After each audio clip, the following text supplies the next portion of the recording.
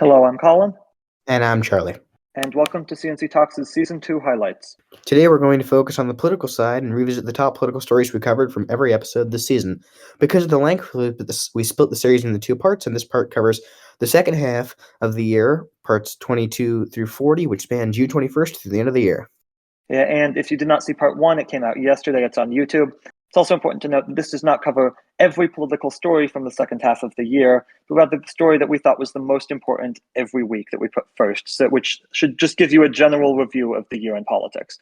But Charlie, this was a wild second half of the year in politics. Just to give you an idea, it started with Trump being indicted for the second time and the Supreme Court making some extreme decisions regarding affirmative action and more. We also had some more indictments, including for the fake electors in Michigan, and two more for Trump. These for trying to overthrow the government and RICO. And then we got into the GOP primaries, which included four chaotic debates. We also had some news about Elon Musk and his handling of Twitter and Starlink. And then we turned to the chaos in Congress with trying to pass the budget, which resulted in the ousting of Kevin McCarthy as Speaker of the House. Yeah, and this led to weeks of turmoil in Congress, which finally ended with Mike Johnson being elected the new Speaker. We also had a long discussion about the terrorist attack by Hamas in Israel and the Israeli response to that. We also talked about the 2023 elections, another really important topic, and moved on to the death of former First Lady Rosalind Carter and the tragedy at the Canadian border. And finally, we ended the year talking about the unceremonious departures from Congress by George Santos and Kevin McCarthy, as well as the House opening an impeachment inquiry into Joe Biden. Now, with all that out of the way, let's revisit each of these political moments to see what our thoughts were and how they were covered. Let's start with that Trump indictment, Charlie. We talked about this last week, indicted by the Department of Justice, specifically Special Counsel Jack Smith, for a bunch of crimes related to the stolen documents. Well, now he was arraigned in a courthouse last Tuesday in Miami. Arraignment, basically, he was read the charges against him. His first chance to enter a plea. He pled not guilty, unsurprisingly. And the judge, which was a magistrate judge that was presiding over this particular hearing, set very few conditions. Said that he was not allowed to talk with the witnesses for fear, or potential witnesses for fear of witness tampering. And do I have it right that he's not allowed to take notes either? Not entirely sure about that. I heard something that there's something going on with him having notes and something about conditions about him and his team having evidence. Yeah, so there's a couple things. First of all, a judge ruled that his defense team needs to go through security clearances because of the nature of the crimes. They regard top secret documents. Another ruling took place is to limit discovery. Discovery is basically where the prosecution has to turn over evidence, or the evidence that they have, to the defense, so that the defense can actually prepare a defense. The judge ruled that discovery could be somewhat limited because some of the evidence could also pertain to investigations that are ongoing, including potentially the January 6th investigation. So Trump will not be able to post stuff about what they learn in discovery online. And yeah, it's kind of what you said, Charlie. But now this case is in the hands of Eileen Cannon, who's she will be the judge presiding over the case for as long as it goes, which is slightly concerning given that she's not just a Trump appointee. She is maybe the most pro-Trump judge in the entire system. She, if you remember, when they raided Mar-a-Lago, she appointed a special master to go over the documents, which then the appeals court ruled was not only incorrectly decided, it was so bad that she didn't even have jurisdiction to decide it. Not a good look for a judge. She so far said that she will not recuse herself from this case, but the optics, Charlie, not looking good. No, because there is, of course, the potential for some bias there. Moving on to the other topic that we have in our politics section, how does this indictment and arraignment and all this stuff affect Trump in the primary? Because I don't think it does. I mean, that's the big thing that we keep circling back to, right? especially since the process will probably take longer than this election will take, right? And will it affect Trump? We discussed this somewhat last week. In the primary, maybe it helps him for one reason or another. The GOP primary field, Charlie, it's getting crowded. Yes, now with Chris Christie joining the race. Yeah, and Christie used to be very close allies with Trump. For one reason or another, they split, as all Trump appointees or friends eventually do with him. He'll now be one of the most anti-Trump people in the Republican primary field. If he gets onto that debate stage, he's going to try to take down Trump. Will it be successful? Probably not. Francis Suarez is also another candidate that has joined the race, is a very long shot candidate. He is the mayor of Miami, Charlie. So the field's getting crowded. Particularly with Floridians. Yeah, DeSantis as well. DeSantis, by the way, over the weekend he stopped at the Nevada rodeo, where he put his social awkwardness on full display. Things are not looking good for the DeSantis campaign. Were they ever? In December, maybe, before they officially launched. That was probably when DeSantis was in the best position. And Charlie, we talked about this at the time, right? Because Trump endorsements did so badly in the midterms and DeSantis endorsements did so well that there might actually be some changing of power in the Republican Party. We were mistaken. All right, let's get into it. While we were gone, the Supreme Court was busy making a bunch of big moves on some things that could really change American history. What do we got? Yeah, so Charlie, you do not need me to tell you that most of these decisions are not the best decisions, not actually rooted in the Constitution or even in fact. Let's start with affirmative action. The Supreme Court has gotten rid of affirmative action. It's now banned. That's going to have a pretty big effect on like college admissions. Not a great. What are your thoughts on affirmative action, by the way? Ideally, you don't want a school to be deciding those things based on race, but we don't live in an ideal world, right? And it is a fact that people of color are disproportionately disadvantaged, underserved, and it's a lot harder for them to get the resources that they need. And furthermore, schools should want to have a diverse student body that benefits everyone, and affirmative action makes that easier. So I'm sure that some colleges that want to continue doing affirmative action will come up with ways to try to get around this decision. We'll see. Yeah, my thoughts on it is I agree diversity is really important in colleges, and colleges on their own may not end up doing that. But I do think that it's a problem that some students of some groups get penalized for that, for them really essentially not doing anything. They can do really well on tests but still not make it because of affirmative action.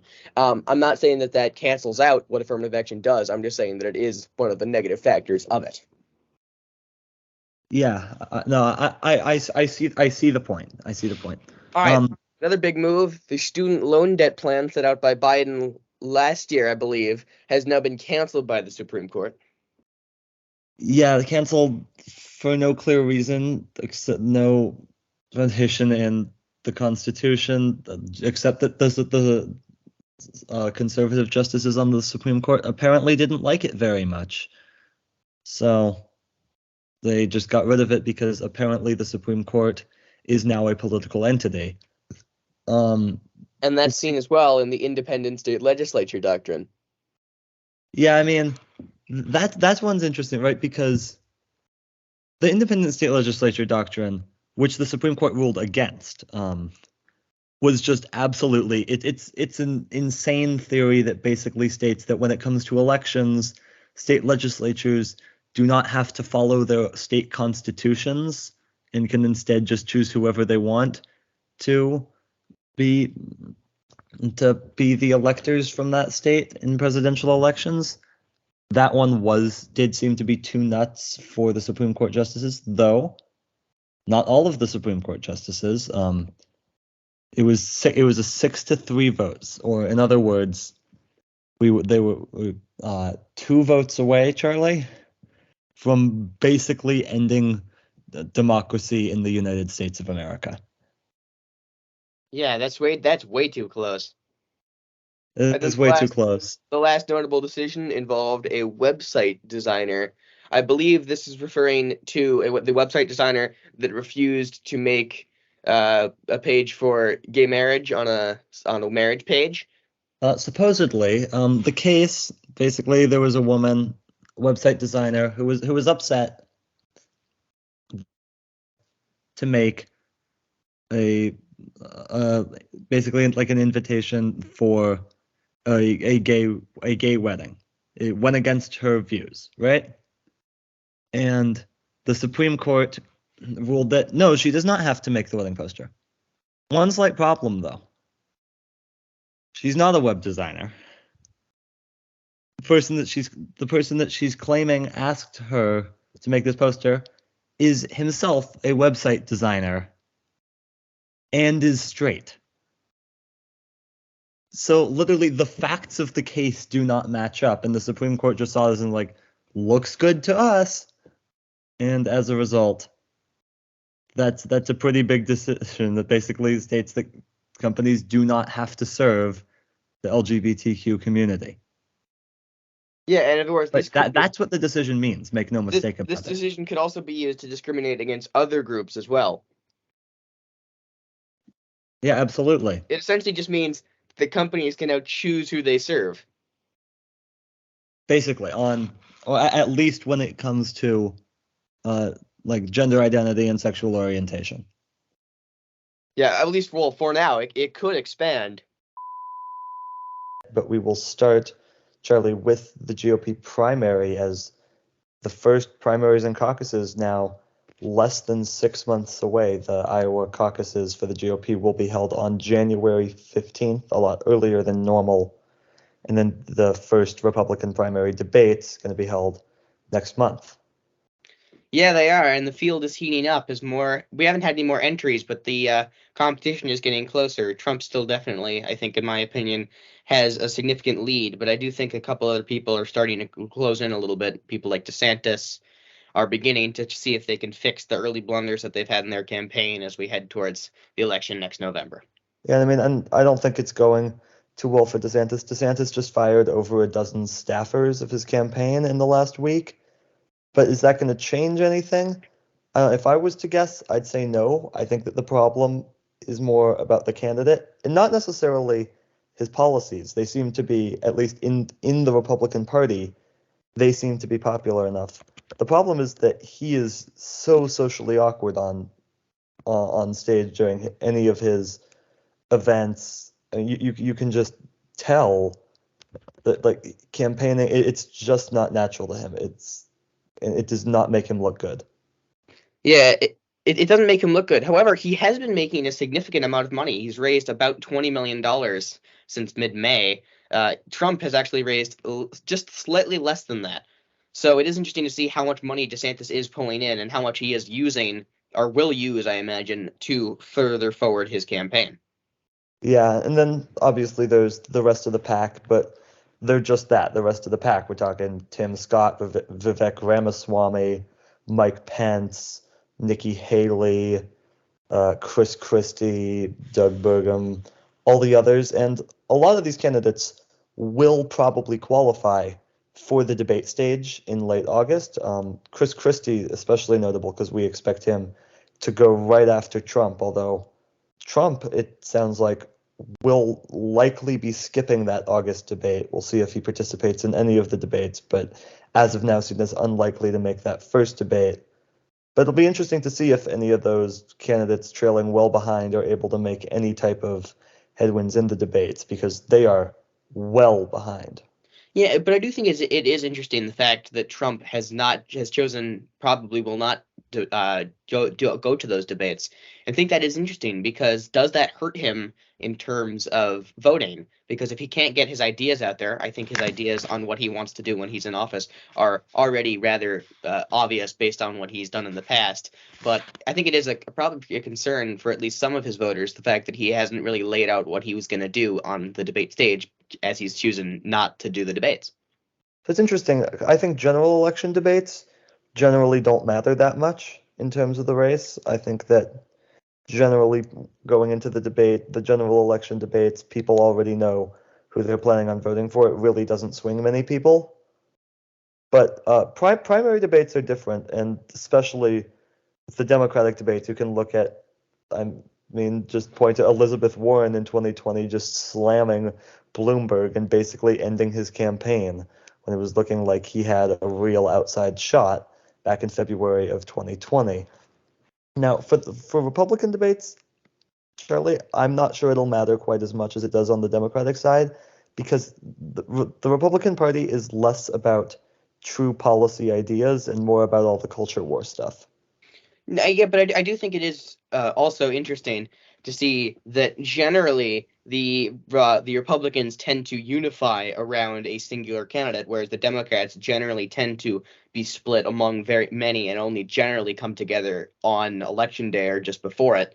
But it is interesting to see how many GOP candidates there are, and actually the fact that there's a lot of diversity within those candidates. However, they haven't pushed the fact that they have a lot of diversity because it's not what they're about. If this was the Democrats, I could definitely see them using that to their advantage to try to gain votes. However, the Republicans have been so against all of this diversity that they don't want to push that advantage that they could possibly have with some moderate voters. Yeah, that's actually a fascinating point that I hadn't even thought about, because you're right. I mean, the leading candidates, Trump, DeSantis, maybe Pence if he's in third, though he's well off. They're all white, but look further down the ballot, you've got Nikki Haley, female person of color, Tim Scott, person of color, Vivek Ramaswamy, person of color, right? There's lots of candidates in there that come from a diverse background, and you're right, they are just not pushing that. I expect that the primary will be a short one. I think that Trump will probably emerge as the clear favorite just a couple of states in, and that's probably what the Republicans want. They want to get it over with quickly so that they can all kind of coalesce behind a single candidate. They don't want a dirty, drawn-out fight. No, because that definitely will hurt their chances in 2024. So, yeah, and if you look, Charlie, real quick, if you look at Biden, on the other hand, right, Democrats very firmly behind him, as expected, given that he is the incumbent. He raised $72 million in the second quarter of 2023. That is a historic amount. And if you look at his the other Democratic candidates, Robert F. Kennedy Jr., who has just gone completely insane, he's raised about $4 million. The other candidates combined less than $1 million. So I get that fundraising isn't the only thing that matters, but you can tell Biden clearly in control on the Democratic side. Indeed, he is. That 72 million figure is quite impressive. Start, Charlie, with some news out of Michigan. You might remember back in 2020, December of 2020, so this was right after the election, right?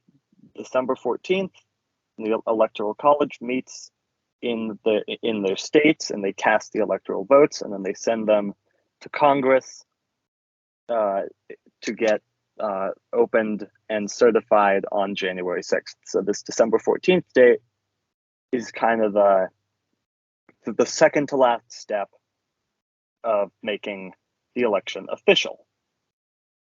So 16 people in Michigan decided to come to the state house and basically pretend to be electors and cast their own fake slate of electors for Trump.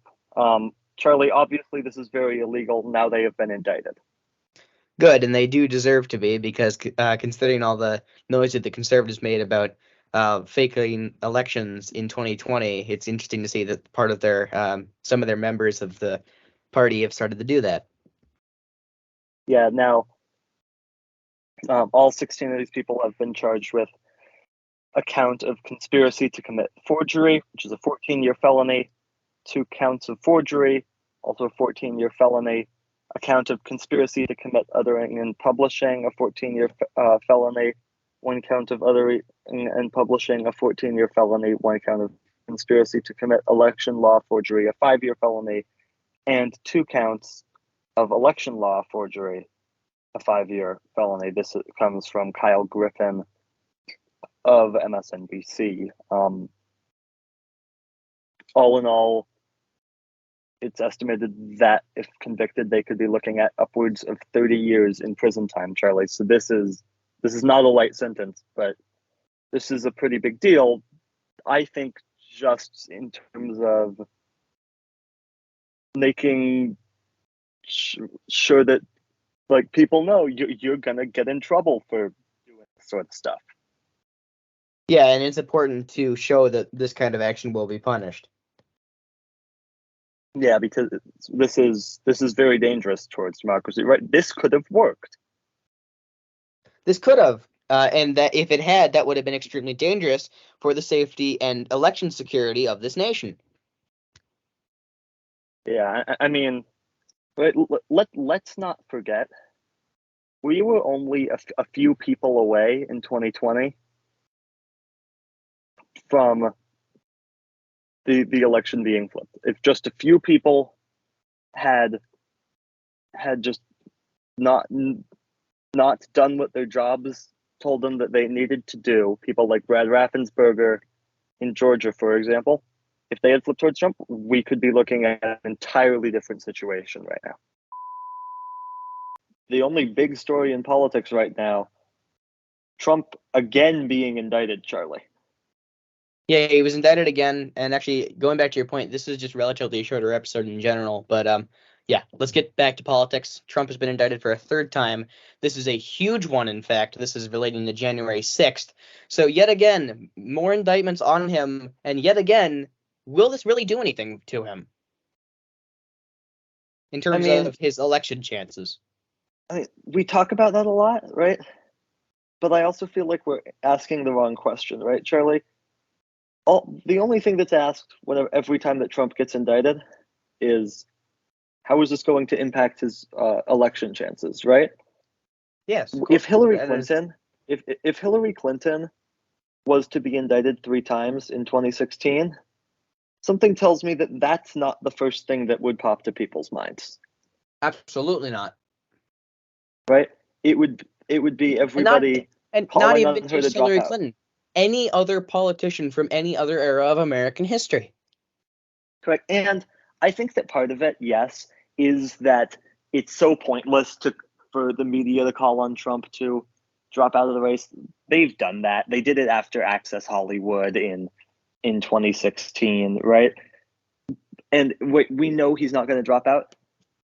But by treating it the way that we treat it, right? These are serious, serious charges, right? He is charged. It's not just the actual actions of inciting the insurrection, but the general plot to overturn the election results. These are the most serious charges that any president, or really even, I'd argue, elected official has faced in, at least since the Civil War. Right? We can't normalize that. No, and right? if for this country to survive, we can't. And I feel like that's what we do so much when we just say, oh, well, is this going to have an effect on Trump's re-election chances? My opinion is, why does that matter? The question that we should be asking is, how is it possible that there's a guy who's been indicted on trying to overthrow the government, and he's not only running to retake that spot in the government, but there's a pretty good chance that he could win. Yeah, That's the absolutely terrifying thing. He could win. And it's not just a non-zero shot. I'd give him has a at good least chance. a 33% chance, right? I'd give him at least a 1 in 3 shot. Yeah, So- and I think the other important thing is this is not his first indictment. This is the third one. Any other candidate, as I said earlier, any other candidate got one, especially two. That's it. Their party should not allow them to be let alone run, but be the face of the party. This Be the face of the party, right? This current Republican Party is not only, if this continues, going to have a charged criminal leading their party, but it doesn't look good on them, and doesn't look good for America in the international stage. Yeah. Another way, I personally am not on the train that an indictment of a presidential candidate is automatically disqualifying. I think that obviously it hurts them, especially if it happens during the campaign. I think that there are some cases, though, like if somebody got indicted for something 20 years ago, I think that there's certain cases where that's not disqualifying. But he's been indicted 3 times. One of them was for basically election interference in 2016 for the hush money, right? The second one was for stealing classified documents from the government. And the third one was for literally trying to overthrow American democracy. Yeah, And actually, we treat that just like another day at the office. I wanted to really quickly focus on the word indictment itself. Of course, the current political usage is meaning formally charge or accusation of a serious crime. But I feel like another definition that is used is it is a situation in which is bad and deserves to be condemned. And what a statement that truly is. Yeah, and here's the thing: is right, he's celebrating the indictment. Trump is, right. Well, it's sort of. He's scared out of his mind by the indictment, as he should be, because if convicted, as he probably will be, he's looking at the rest of his life in prison, right? But he's also celebrating it politically, right? Because he knows it riles up his base, and that is terrifying, right? There are people that is absolutely consider terrifying. him being arrested to be an asset, right?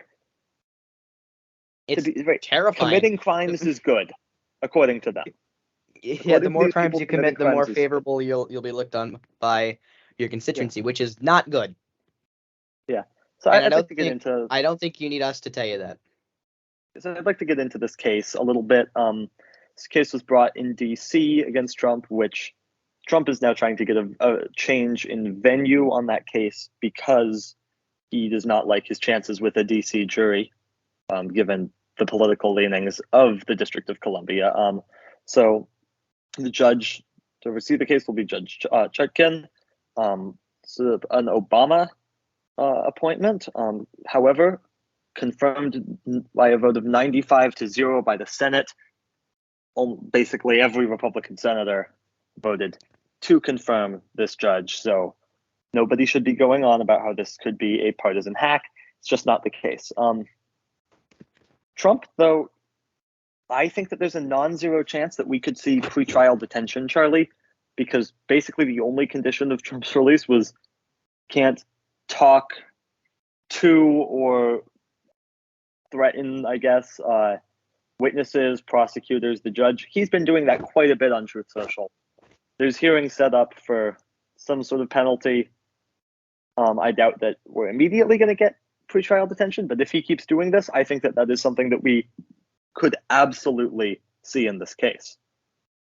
Yeah, and the question is, is it needed? I think possibly, if he continues to threaten the judge, I think that action may as well be brought upon him, because of course the safety of the judge in this case is absolutely important, as it is in any case. As well as the witnesses and the prosecutors, right? That is of the utmost importance. You can't just go out and threaten the judge and the witnesses and the prosecutors. Anyone else that did that would immediately be thrown in jail until their trial. One other quick thing about this indictment. so it's four charges. 3 of them conspiracy, 1 of them obstruction. Very, very serious charges, all relating to the events surrounding January 6th. Also, the indictment names 6 co-conspirators, and it does not name them by name, but it gives a description of them. None of these people have been indicted, at least not yet. However, we can pretty safely assume who 5 of these people are, which would be Rudy Giuliani, John Eastman, Sidney Powell, Jeffrey Clark, and Kenneth Chesebro. And for those who So- don't know, who are those 5 people and what are their relation to Trump? Yeah, so Chesebro was, I believe he worked in the White House, so I'm not 100% positive. Rudy Giuliani was Trump's personal lawyer, obviously the former mayor of New York City, in hot water himself for a sexual misconduct lawsuit that we talked about a few weeks ago. And we got more details on this week that we were going to talk about until I read it and realized I can't say any of those words on this podcast. So we're not going to do that. Giuliani was most known at that time for showing up at the Four Seasons Total Landscaping in between a dildo shop and a crematorium, having hair dye leak down his face, farting during a hearing, and many other incidents. John Eastman, another one of the crazy Trump lawyers, he spoke at Trump's rally at the Ellipse that day. Sidney Powell, maybe the craziest of Trump's lawyers, and that's saying something. She tried to get a letter of marque from Congress to go into Germany and steal stuff. Basically, a note from Congress authorizing you to go raid certain things from another country because she wanted to go get stuff out of Germany that would have proved that the election was stolen in this international conspiracy. Well then, and then Jeffrey Clark. This was the guy who was an environmental lawyer at the Department of Justice, also ran the civil division. It's the guy who basically came up with this plan to send letters to all the state legislatures in the swing states that Biden won, declaring those states' elections corrupt and telling them to come back into special session to appoint an alternate slate of electors. And he had Trump's ear, and he said that if Trump would appoint him as the new attorney general, then they could make this plan work. And the only reason that this plan fell through was because all of the other top prosecutors at the Department of Justice threatened to resign in protest if this move went through. So good on them. Yeah, I mean, it's truly all the best people. Let's move on now to the world stage. Wait, Charlie. You got more? There was another Trump indictment. This one, 3 additional charges on the classified documents case. This one, the biggest news here was that Trump tried to destroy security footage at Mar-a-Lago. Not supposed to do that. Yeah. I mean, imagine you hear that there's a Trump indictment, and like, no, it's not that one. Not the one in Georgia for trying to overthrow the election there, or the one for trying to overthrow the government on January 6th. No, don't worry. It's just us adding a couple additional charges onto this already 37 count indictment where you tried to steal classified documents. Yeah, it's just that one, and don't worry, you can still vote for this guy. So, new record unlocked. Indictments. Yeah. Enjoy.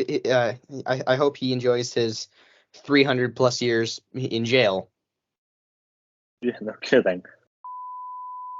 I'm going to start, Charlie, with another Trump indictment. This is the 4th one, and this is pretty clearly the biggest one of them all. Yeah, and as we say time and time again, It is just ridiculous, the amount that he is gaining in these indictments, the amount of charges in the indictments, the amount of prison time he could face, and the fact that the mainstream of the Republicans don't seem to care about these indictments. Yeah, so Charlie, let's talk a little bit about what's in this particular indictment. So obviously we had the first indictment that was in New York. It's about the hush money payments that he made to Stormy Daniels. The second indictment, this was a federal indictment by Special Counsel Jack Smith. He was indicted in the Southern District of Florida, and this was for the classified documents that were being kept at Mar-a-Lago. Then there's the third indictment. This was also by Special Counsel Jack Smith. This was in D.C. This is regarding the plot to overturn the election, the January 6th, all that stuff. Now, this fourth indictment also regards the plot to overturn the election, specifically in the state of Georgia. These are state charges. So, which means, by the way, that he cannot be pardoned federally, and the governor of Georgia also does not have pardon power. But these are state charges by Fulton County District Attorney Fonnie Willis. A lot of charges here related in large part to that call that Trump made to Brad Raffensperger, urging him to overturn the election. But really, it's about a much larger conspiracy, Charlie. There's 41 counts in this indictment. And 19 defendants and 30 unindicted co-conspirators. The largest charge here, which all 19 defendants were charged with, is violations of the Georgia State Racketeering Act. It's a big one. This is, if convicted, a mandatory minimum of 5 years in prison, Charlie. Yes, that's very significant, considering that it is mandatory prison time.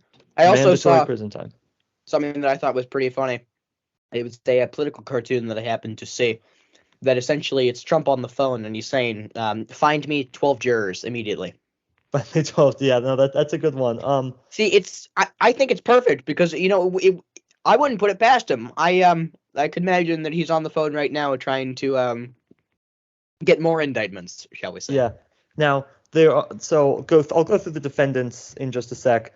But first, it's important to note that there's a good chance that not all of these defendants will actually end up going to trial. I think that there's a good chance that several of them might plead guilty and then potentially start cooperating with the authorities, which could be bad news for Trump and some of the other defendants. So they could potentially be facing, if they plead guilty, no jail time or little jail time.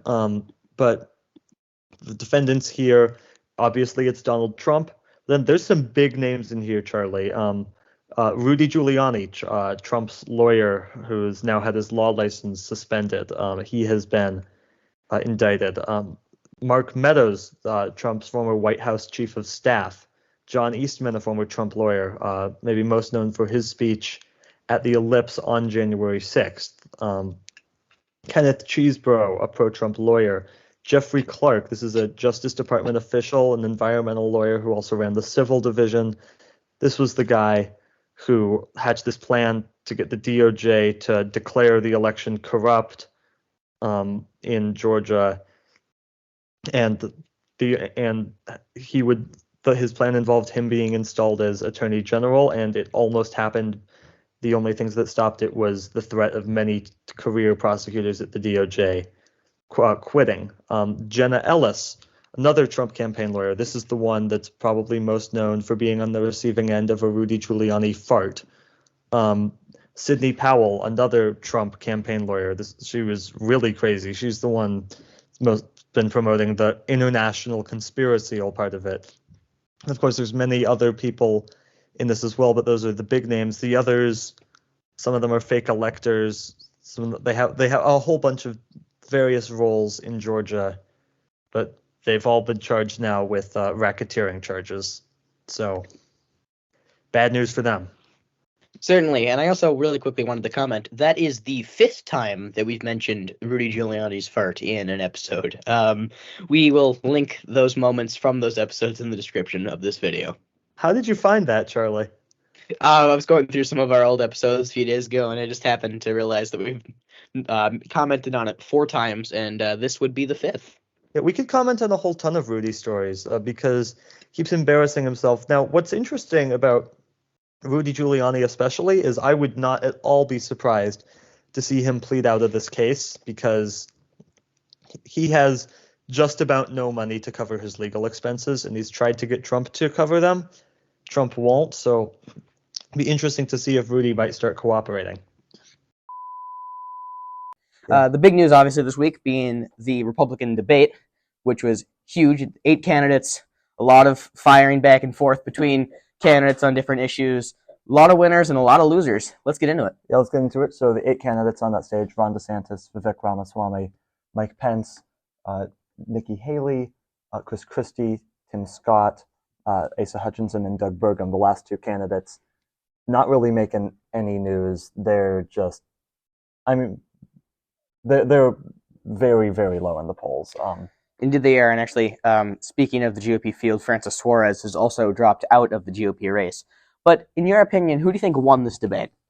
Yeah, so I think that, I have a hard time defining winner because it feels like they're all running for second place. They're not willing to pull any punches against the front runner right now, Donald Trump, who's leading the polls by about 30 points. But on that stage, I think Vivek Ramaswamy probably looked the best of the candidates. I thought that none of, or a few of what the things he said will play well to a general election audience, but I think that it could definitely play well to a Republican primary voter audience, which is why I think he is moving up in the polls. He's, I think, up to second now, with DeSantis moving back, who Charlie did not have a very good debate at all. No, he did not. None of the things he said landed very well. The only real score that he got was on a teenager asking a question about climate change. And Ramaswamy also beat him in the climate change department in terms of the Republican primary field by calling it a hoax. Yeah, which obviously it's not, but really interesting to see. That was what was getting the loudest applause in that room, Charlie. That's what Republican voters right now seems to be their position on the whole thing. Yeah, the only last thing I wanted to say about this is I also thought it was interesting, and also probably a strategic win, that Trump did not show up. I think that is good for his campaign, considering if he had showed up, all 8 of those candidates would have just gone after him completely. The elephant not in the room was Donald Trump, as the hosts of the debate said, and yet all 8 of those candidates who are running against him will vote for him if he wins the primary. Yeah, and is convicted. Yeah. Yes, 6 of them raised their hands. The exceptions: Chris Christie and Asa Hutchinson.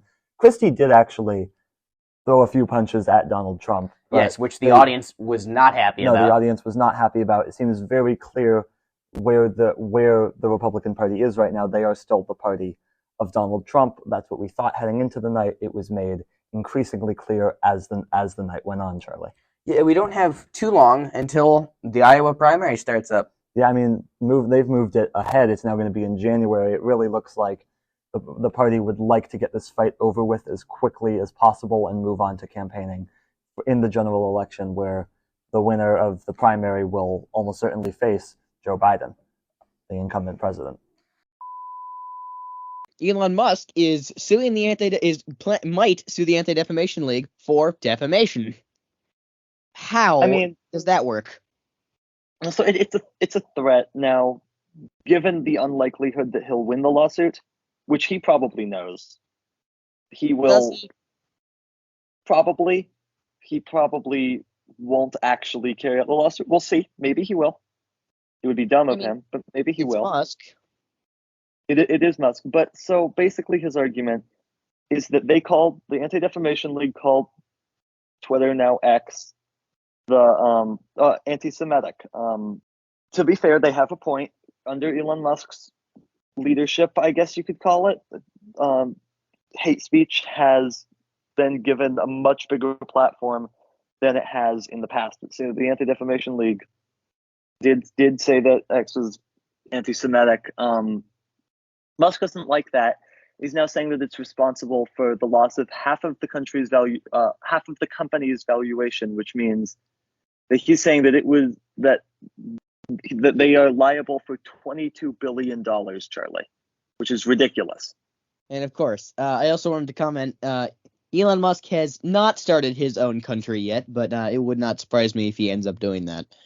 It's Charlie. I think that the bigger point here, though, is less about the actual lawsuit, more about him continuing to stoke this hatred towards the Anti-Defamation League and honestly stoke anti-Semitism. What do you think about that? Yeah, I agree. I think we have to be careful about, of course, not also committing defamation against Elon Musk, because I wouldn't put him past him to sue a podcast with 150 subscribers. But yeah, so we have to be careful about that. But what we do know is there has been a rise in anti-Semitism on that platform. That it's clear by the data. You can just you can see it right there, plain as day. But apparently that's something that you're not supposed to say. So Musk might sue him. Yeah, and let's also point out there have been many other things that have led to X losing its money. First of all, it was never actually worth $44 billion. Musk bought it for that for some unknown reason. But then he continually made poor business decisions that led advertisers to leave the platform, that led a lot of people to leave the platform. For example, changing the name to X, or the whole rate limit thing, or getting rid of verified people and instead creating Twitter Blue, which is now known as X Premium. Definitely a great name. It doesn't have any other implications with it. These are all things that destroy a company, and being called anti-Semitic by the Anti-Defamation League is not one of them. Let's talk, Charlie, about Elon Musk and Starlink, which is this satellite thing to do with SpaceX that Elon Musk owns, created, I guess. And Ukraine has been using Starlink. And Charlie, it was not put to good use, let's say, by Musk, not by Ukraine, by Musk. He used it to thwart a Ukrainian sneak attack on, I believe, a Russian naval ship in the Black Sea. He turned it off, which means that the drones that they were using lost communication, Charlie. This feels very wrong. Yes, it certainly does. We still need to look into exactly why this happened. But of course, Elon Musk in another scandal yet again, which he just cannot stay out of controversy, can he? No, he cannot. And Charlie, I also think that it's pretty important to point out the United States Defense Department pays to use Starlink too, right? And he is actively using it to hurt one of our allies and help one of our adversaries, right? So why are we still paying him to use this product when it's not reliable, because he could use it against us at any moment? Yeah, that is certainly a concern, and I do hope that the U.S. does look into the possible security risks of that. Yes. Do you think maybe do you agree that they should look for other options in general besides Starlink? Or do you think that this is critical infrastructure for the military? Well, I think if the military does look into this and they deem that the technology is still usable, still viable, and there's no security risk, then I do not see a reason for the U.S. to move on. If there is, of course, security reasons to not continue using that system, then I would suggest moving on to it. Of course, if a better technology arises, I can imagine the U.S. would want to switch over, but Starlink is one of the best options available in that field. Yeah, there's just the question, of course, of is Musk going to use it to thwart potential United States military operations like he did to thwart the Ukrainian operation. His reason for doing this was that he thought that the action was going to cause a major escalation in the war. But I would argue that even if he actually did think that and wasn't just doing it because he's friendly with Putin, even in that case, like, so what? There's already a pretty big war going on here. Yeah, and that's a very good point there. There already is a war going on. It is already escalating. So the idea that not having this these drones be launched that could possibly assist in ending the war sooner with a favorable outcome for the United States just does not make any sense as an argument for the U.S. again to continue using this. But as I said, if there is no security risk found, then I don't believe that there is a reason to move on, other than the fact that Musk may indeed use that in the future. But of course, that is just speculation. with that upcoming government shutdown. Yeah, an agreement needs to be made very soon before the government does shut down. Otherwise, a lot of social programs will be non-functional, and a lot of government jobs will not be being paid.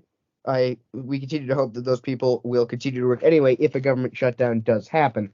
It's crucial that this gets done, but no agreement has been made yet, and that is because I believe the Freedom Caucus still is refusing to agree to a deal on that. Yeah, so let's talk about this a little bit, because I have some thoughts on Freedom Caucus and Kevin McCarthy and that whole dynamic. And situation's very fluid.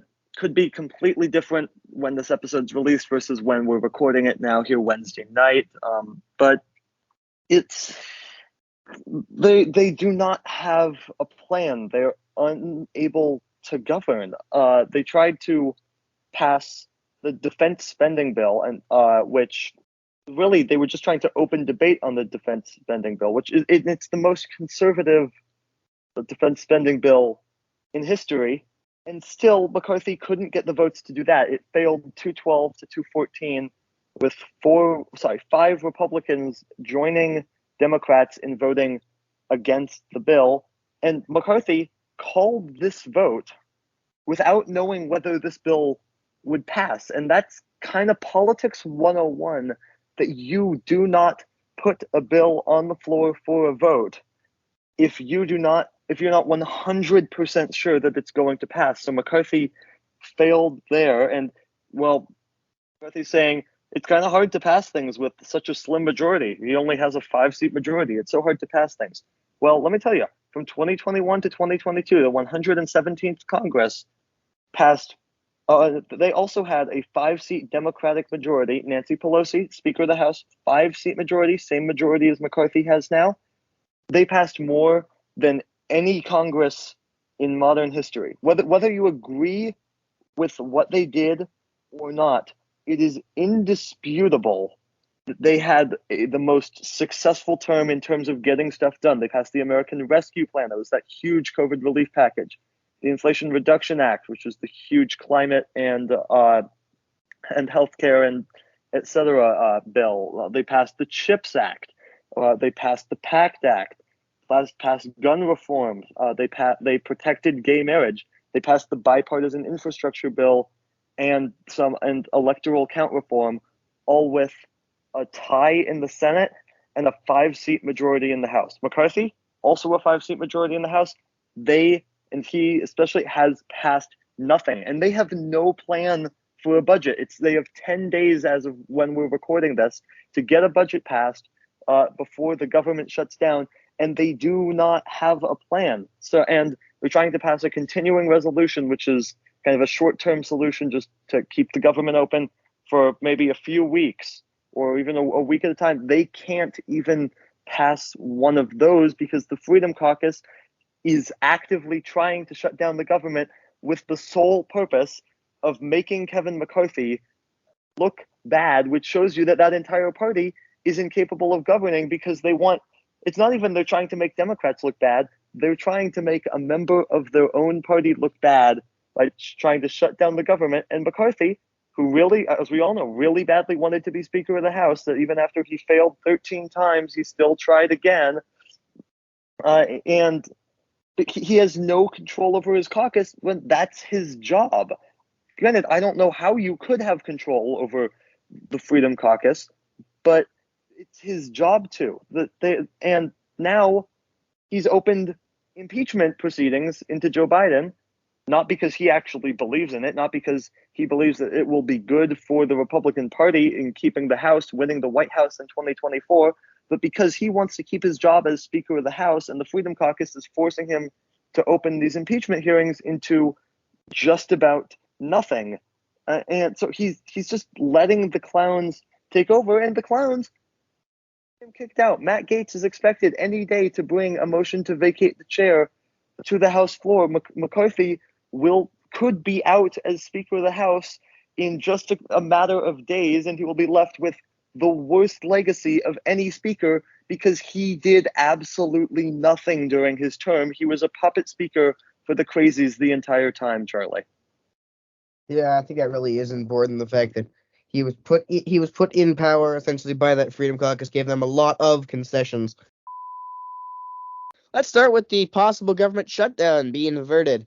Kevin McCarthy finally was able to get Democrats on his side and pass a temporary bill to keep the government open until November. They will still need to vote on a long-term one in November, which, again, due to those far-right Republicans blocking the previous attempts, still looks unlikely unless McCarthy can again renegotiate with the Democrats. Yeah, Charlie, you brought up two, I think, really important points on this. Number one, you said temporary. Yes, they will have to do this all again in November. We came 3 hours away from a shutdown this time, and we weren't even close to actually passing a budget. All we got was a continuing resolution to keep the government open short term. And so we're not really any closer to actually having a budget. We just have to do this again in November, with or without a Speaker of the House. We'll get to that in a minute. The other key here, Charlie, what you mentioned was the working with Democrats part. McCarthy did not want to work with Democrats on this. He wanted to pass it along with Republicans, and he put a lot of right-wing things in this. But even then, the divides in the Republican Party are so deep right now that he was still not able to get the far-right Republicans to agree to it. And even if he had, it didn't have a prayer at passing the Senate or getting signed by President Biden. So he pivoted and he went to Democrats for help, and ultimately every Democrat but one voted for this bill. 91 Republicans opposed this bill, took out all of the far right things that the Freedom Caucus had wanted in it. The only real thing that Democrats are upset about in this bill is the lack of funding for Ukraine, Charlie. Yeah, and that is a key point. The Democrats will see if they can iron out with the Republicans as well. Of course, that is still up in the air, but they do have till November to see if they could possibly work out a deal, and hopefully we won't have to repeat this cycle again. I think we all know very well that we will be repeating this cycle again, though, Charlie. Yes. I alluded to it. Who will the Speaker of the House be in November? Well, Matt Gaetz, tonight, as of when we're recording this, has filed a motion to vacate the chair in the House of Representatives. This basically means a motion to remove Kevin McCarthy from the speakership. And the House will have roughly 48 hours to vote on this motion. And really, it's unclear how this vote is going to go. It looks like there is Republican support for this, not necessarily a lot of Republican support for this, maybe somewhere in the range of a dozen votes. But that's enough. It means that McCarthy is going to have to convince some Democrats to vote for him to remain, if he wants to remain in the speakership. And how will Democrats vote? We don't really know. We know that a lot of far-left Democrats are probably going to vote against McCarthy. We haven't really seen anything official from Democratic leadership, from Minority Leader Hakeem Jeffries, Minority Whip Catherine Clark. We just haven't seen anything. But, Charlie, it would seem to me that the Democrats, they kind of have to play they have to play hardball on this. They have to try to get concessions out of McCarthy in exchange for votes to remain in the speakership. And if they can't do that, then encourage their members to vote against McCarthy and remove him from the speakership. Again, this is the Republican circus, right? The circus has come to Washington, Charlie, and it's the Republicans' job to deal with it. We're going to start with what's happening in Israel and Palestine. And before we get into this segment, I would like to put a trigger warning. We are discussing topics that are very, very hard to discuss at times. There's mentions of murder, kidnapping, rape, all sorts of terrible stuff. So there's a trigger warning. And also, it's stuff that a lot of people shy away from talking about because this is something that is just such a complicated issue with so much history that we cannot even get into in the time that we have. But we feel like this is something, the big event in the news, we would not be doing our jobs if we did not discuss this at length. So we are going to bring in some guests in a minute to discuss it, and we will go forward with this segment and start with just basically what happened, where Hamas, the really terrorist organization who is in a way the government of Palestine, has bombed the heck out of Israel and onto innocent Israeli civilians, and has killed a lot of people. And it's a lot darker than that, but we'll explain more as we bring our guests in here. Morris, who is a producer on this show, Zack, another producer on this show, and then Xander as well. Guys, what do you think? I'll start with you, Zack. I think, well, obviously this is just a really terrible event. And I think in some ways it's one of the bigger terrorist attacks that we've seen in the last couple years. Hamas has taken over 100 hostages, some American, some of other countries, and mostly Israel, and they are threatening to execute them live on social media. And so that's if Israel continues its attacks, its counterattacks against Hamas. Right. And in many ways, now this might be somewhat wrong, but I would say that this level of a terrorist attack is somewhat unprovoked from Israel. I mean, of course, there's constant fighting in this region, but an attack of this scale was not expected by Israel, and there's also speculation that it could be backed by Iran. However, there's also question to how much Iran may have backed this. U.S. officials and Israeli officials are saying currently that it's likely that Iran had some sort of involvement in this, but unlikely or they're unsure on whether it was actually ordered by Iran or not.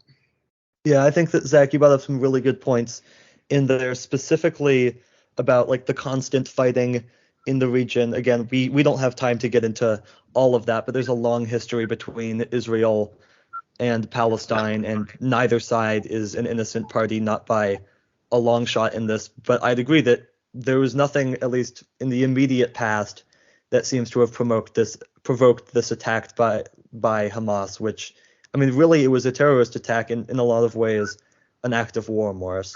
Yeah, I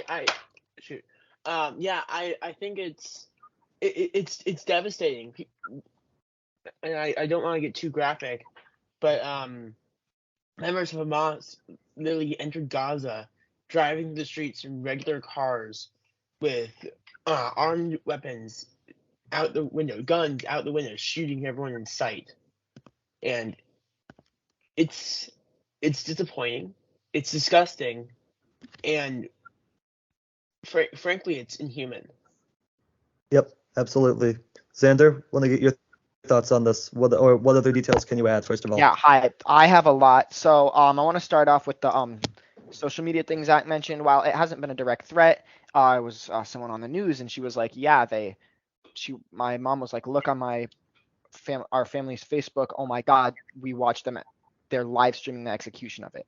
And that's one thing. But what really separates Hamas from the Israeli government is this is obviously a deliberate terrorist attack. Israel isn't in the past with the conflict has not been aiming to wipe Palestine off the map. They've been wanting to wipe Palestine off the map.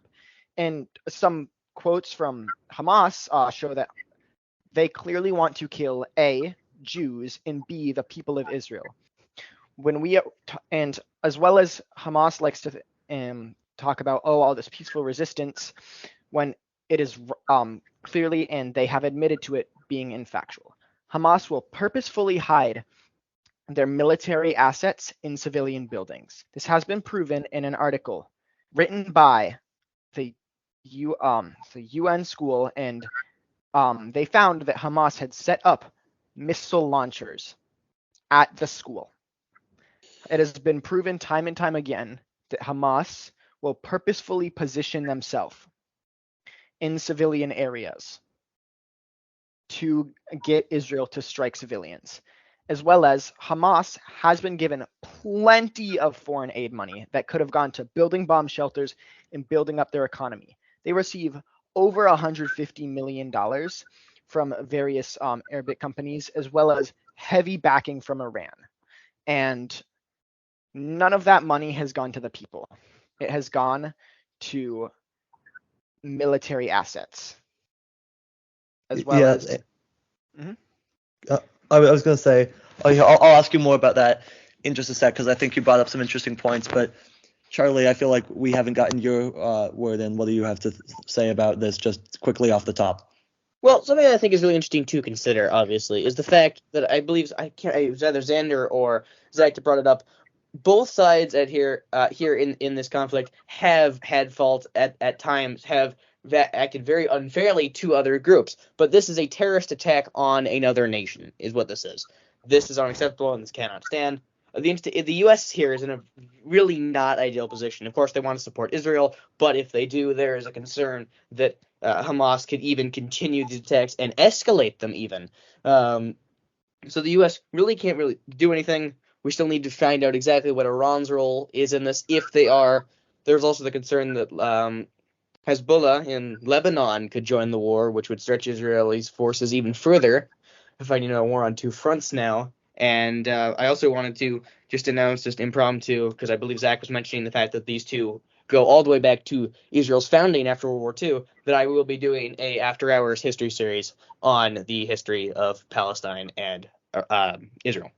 And we look forward to that. And Xander, I want to go back to you on this because I want to really quickly want to talk about kind of the difference between Hamas and Palestine, because right, as you mentioned, like Israel now, they're going to launch some sort of attack to try to annihilate full-on attack. Hamas. They have already sent tanks, and Israel also and Egypt blocked off their borders, so Palestinian civilians do have nowhere to go.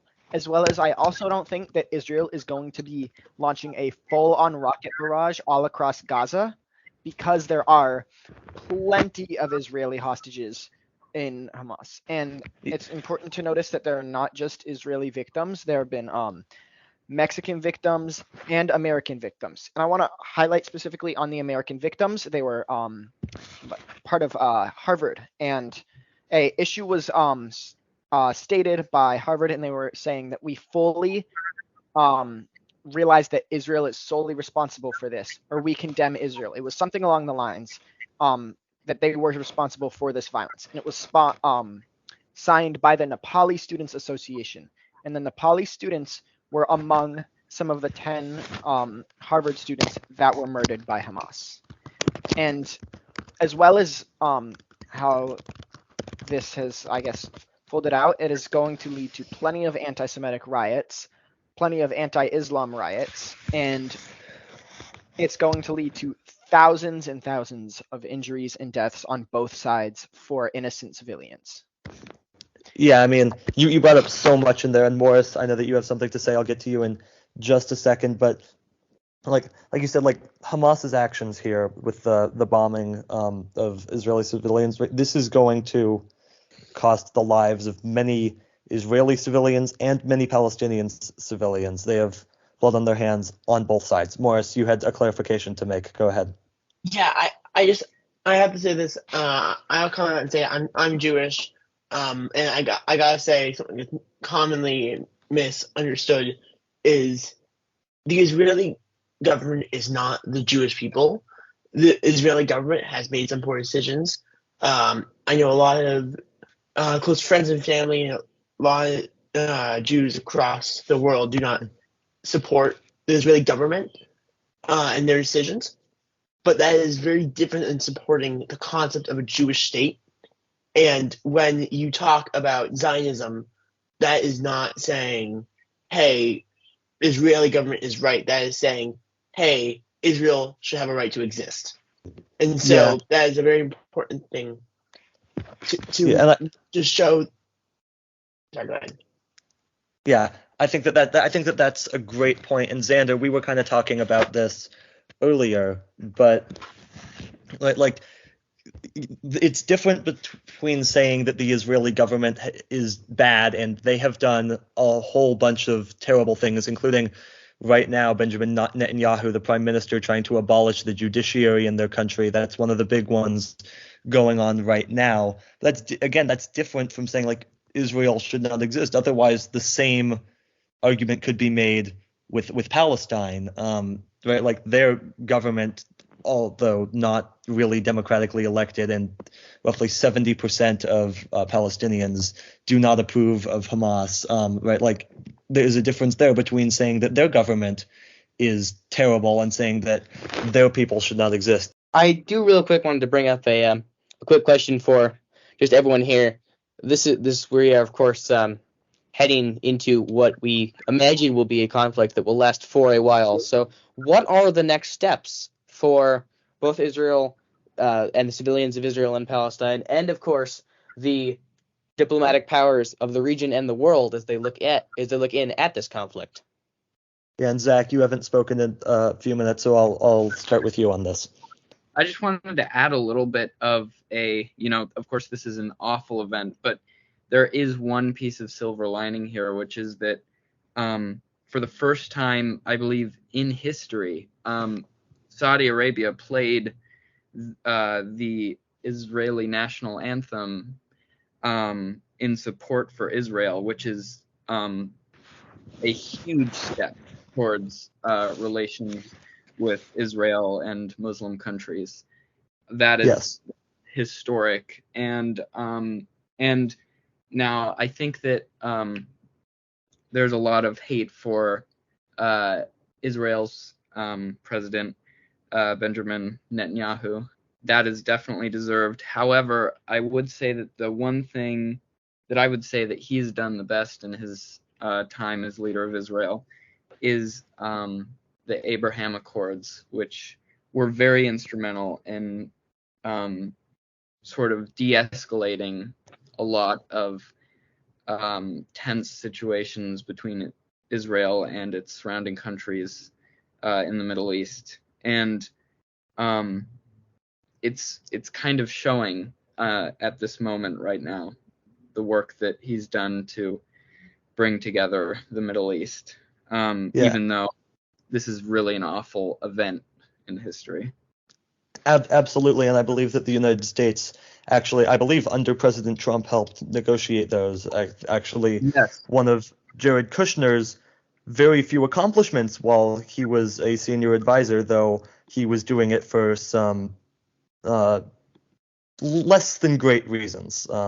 But hey, that doesn't matter if we accomplish the end goal, which we did.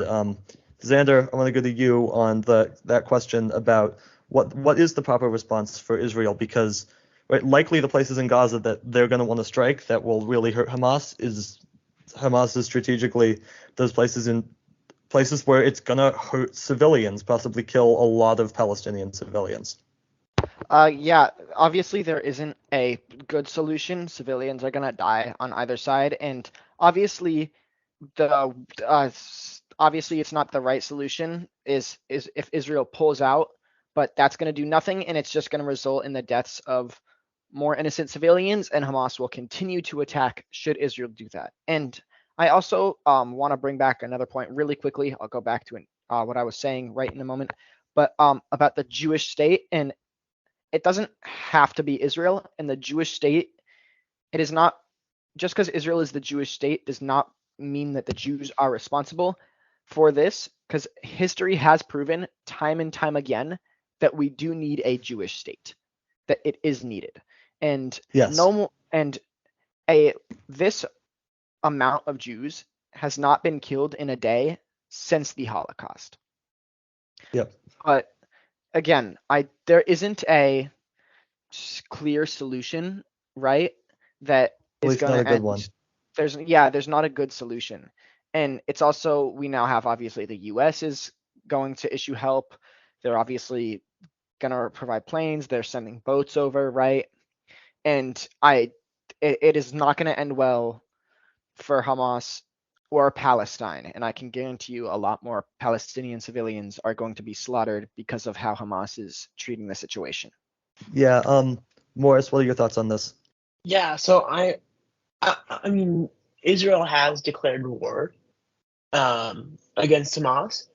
What I am now wondering is what does this mean for places like Tel Aviv and Jerusalem, where they are close to the West Bank, and the real question is what is the extent of damage that will occur from this? And I'm really worried about the next couple months, and I'm worried to see in my life what friends will say and what the overall general narrative will be, and I'm hoping that people will be defensive for Israel, but I'm afraid that people will defend Hamas, which would be disgusting.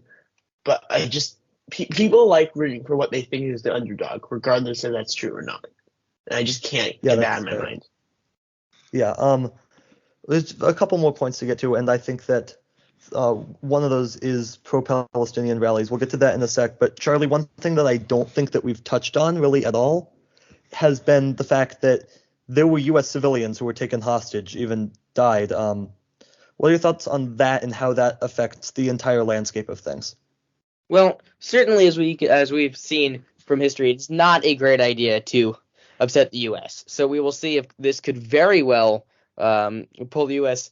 Into more support for Israel, and if this continues, this may as well draw the U.S. in completely. And if that does, that could spark a far larger conflict. But as for now, the U.S. is sending military support to Israel, and as I said, this could lead to a increase in Hamas actions and an escalation of those actions, which, of course, would not be good for both Palestine and civilians, Israel, or the geopolitical world situation as a whole. You never want countries going to war with each other, because, of course, you have the situation in Ukraine. You have now this situation in the Middle East. It feels like the idea of the sort of political calmness is starting to warm up a little bit. We're no longer in a calm geopolitical situation anymore. Yeah, and Zach, what are your thoughts on this? I know that you have a lot of them. I just wanted to mention I completely agree with you, Charlie, and to add on to that, this quite reminds me of 1979, the hostage crisis in Iran that happened, and this could be somewhat of a bad move by Hamas taking U.S. civilians, which in a weird sort of way may put a quicker end to this if the U.S. gets involved right away, which it's looking like the U.S. is maybe heading that direction somewhat. And I also think that there's many complicated pieces to this. I think that Israel, as we've mentioned, all of us, is not the main aggressor in this situation, but how they respond is tough, because there are many innocent Palestinian people that live in these areas, and what to do when Hamas is putting these ammunitions and weaponry in places like schools, like you said, Xander. What to do in that scenario is a difficult thing, and I think the death count is going to be high no matter what. This may be one of the more bloody wars we've seen in the Middle East in a while. Yeah, I think that's fair, and I do want to move on to one other big topic on this, which is around the world right now. Been seeing a lot of pro-Palestinian rallies in response to this. There's been one at the Sydney Opera House. There's been one at Times Square in New York City, where in fact someone was holding up a swastika sign. And let me just say, if you're at a rally where one of the people also rallying for the same cause as you, is holding a swastika sign, you're probably not on the right side. Whether or not you believe in what that person is saying, the fact that they're on your side is probably not a good thing. And I'm interested to get your thoughts on this, because personally I think that Palestinian protesters, they have a point, and also it's just not the right time to make it. And in fact, by making it now, by basically saying free Palestine at a time when Hamas is doing attacks like this, is in some ways kind of agreeing with Hamas, supporting Hamas. I'm interested to get your guys' thoughts on this, starting with Xander. Yeah, thank you. So especially is right now, Hamas is obviously Israel has not done great things to Hamas either, but stuff isn't eye to eye. It's not the civilians' fault, and the civilians shouldn't have to suffer for the consequences of their government. And there are children obviously being held hostage. There are children being killed, people having their doors just knocked on and being dragged out. There are women being raped. And now there have been photos I've seen that people have tried to use to back up their argument, saying, oh, look, Hamas is treating their hostages with dignity, and they're showing this. And I've seen plenty of videos proving that otherwise. I've seen videos of them dragging this girl all bloodied up, shouting Allahu Akbar, holding their guns in the air, forcefully dragging her around. Right? The propaganda goes both ways. Yep. Morris? I think Palestine does deserve a nation state. They deserve to be recognized, and they deserve land. And I think there definitely have been historically issues on both sides preventing this preventing this issue from being resolved, because no one really wants it to be. And I can only hope, because I have friends and family in Israel, I can only hope that this will be resolved soon over. And I think the only way to do that quickly is actually to come to an agreement. And I'm hoping Hamas is not just out for blood and actually wants change to come from this. Yeah, I mean, I think we all really we want a way in which Israel and Israelis and Palestinians can coexist, but I'm not sure what the path forward is, Zach, for that while Hamas is still in power. Yeah, and I think I wanted to clear up something, which is that we've been sort of referring to Hamas as the government of Palestine, and I think that's a little bit of a misrepresentation. I think, Hamas is just as much the government of Palestine that, like, Al-Qaeda was somewhat the government of Iraq at one point. Like, they're connected because they're Palestinian, but it's a terrorist group. And it just happens to be that Hamas is the most powerful group in Palestine currently, and that's why they're in power. But I wouldn't call a terrorist group a government personally. It is similar to Afghanistan in that respect, where they have a kind of like pseudo government with the Taliban that doesn't represent the thoughts and ideas of the people, but they are the only ones who have the power to affect the decisions made. Exactly. And I also think that back to what you were saying, Colin, about the swastika thing, and just in general about protests supporting Palestine at this moment, I think if you're going to protest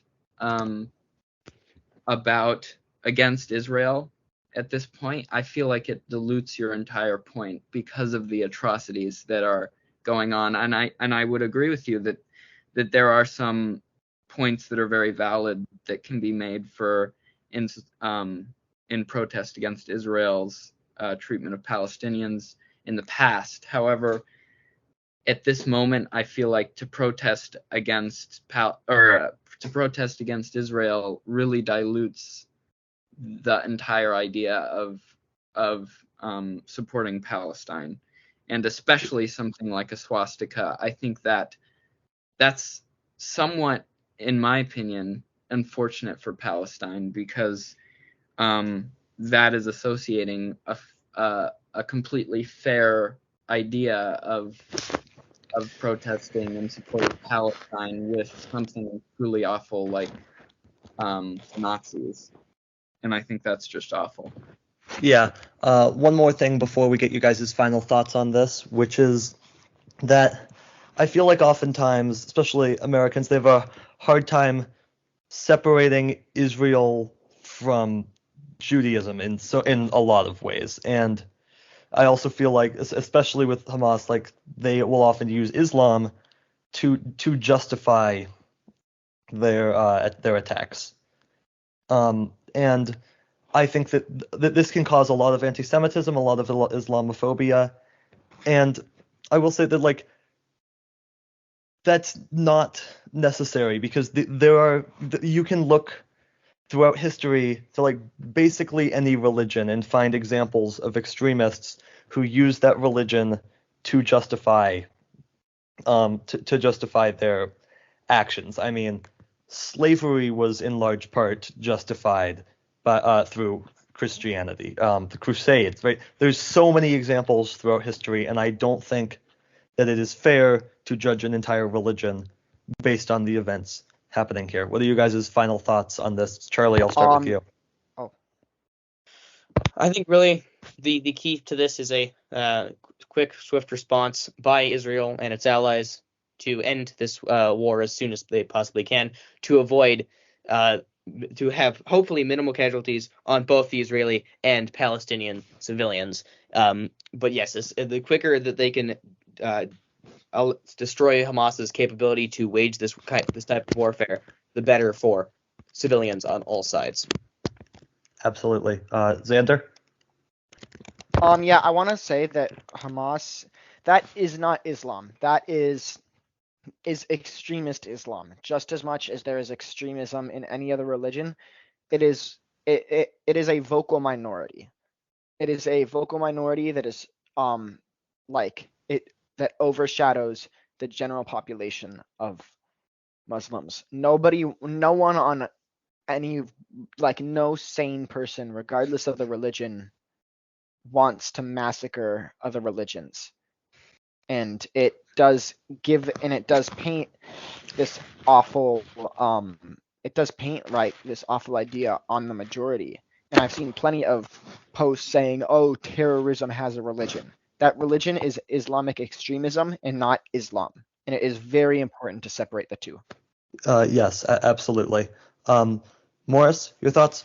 I think it's not okay, and honestly, I'm still a bit in shock, and I just hope that it's resolved quickly and that my friends and family are okay, because it's not okay. It's inhuman, and I thought as a world we were behind this. This was past us. Yeah, absolutely. Zach, you're last. My last thoughts are similar to Charlie's. I hope that there are the least. I hope that Israel takes the path that will result in the least amount of casualties, and I also am worried that in these sort of situations, which it is understandable, but the U.S. has made this mistake many times, reacting in a way that actually causes more fighting later on. We can see this in many situations, but I hope that Israel will think clearly during this and try to prevent conflict in the future, even though it is such a difficult time. Yeah, absolutely. Morris, Zach, Xander, thank you so much for joining us on what is a very difficult subject.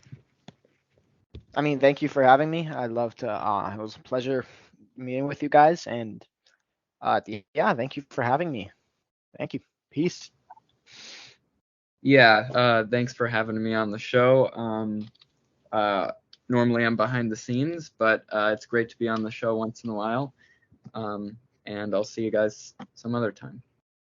Yep. Morris? Yeah, thank you. And actually, Zach and I will be back later in the show to announce something special going on with C&C Talks.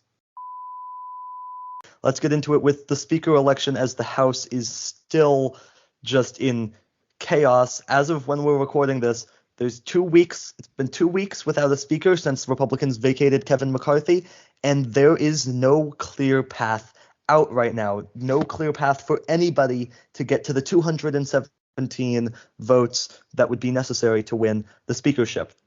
The Republicans met last week. They nominated Scalise. It was clear that Scalise was going to be short. Scalise dropped out. They met again. They nominated Jim Jordan, the far-right candidate who helped orchestrate January 6th, and he's now had 2 votes on the floor. He's come up well short. He got 200 votes in the first one, 199 in the second one, well short of the 217 needed. Democrats all been voting for Hakeem Jeffries, and that has gone smoothly, Charlie. Jeffries continuing to get the most votes, 212 every single time. What do you make of this absolute chaos going on Capitol Hill this week, Charlie? Well, first of all, considering what happened in January with the 15 ballots, does Hakeem Jeffries have the most votes ever now?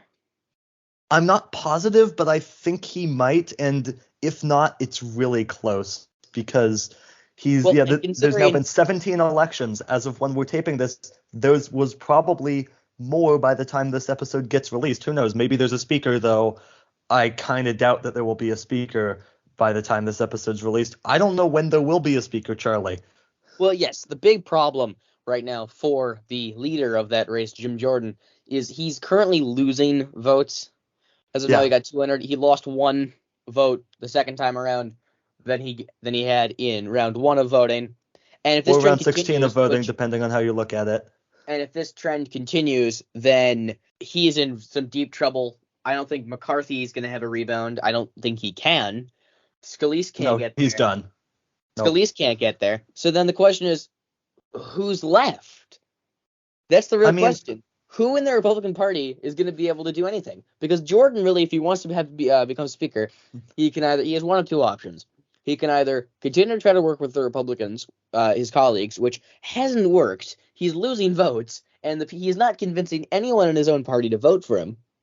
Or he can try to work with Democrats, and he's not going to do that because that's exactly why he and his allies removed McCarthy.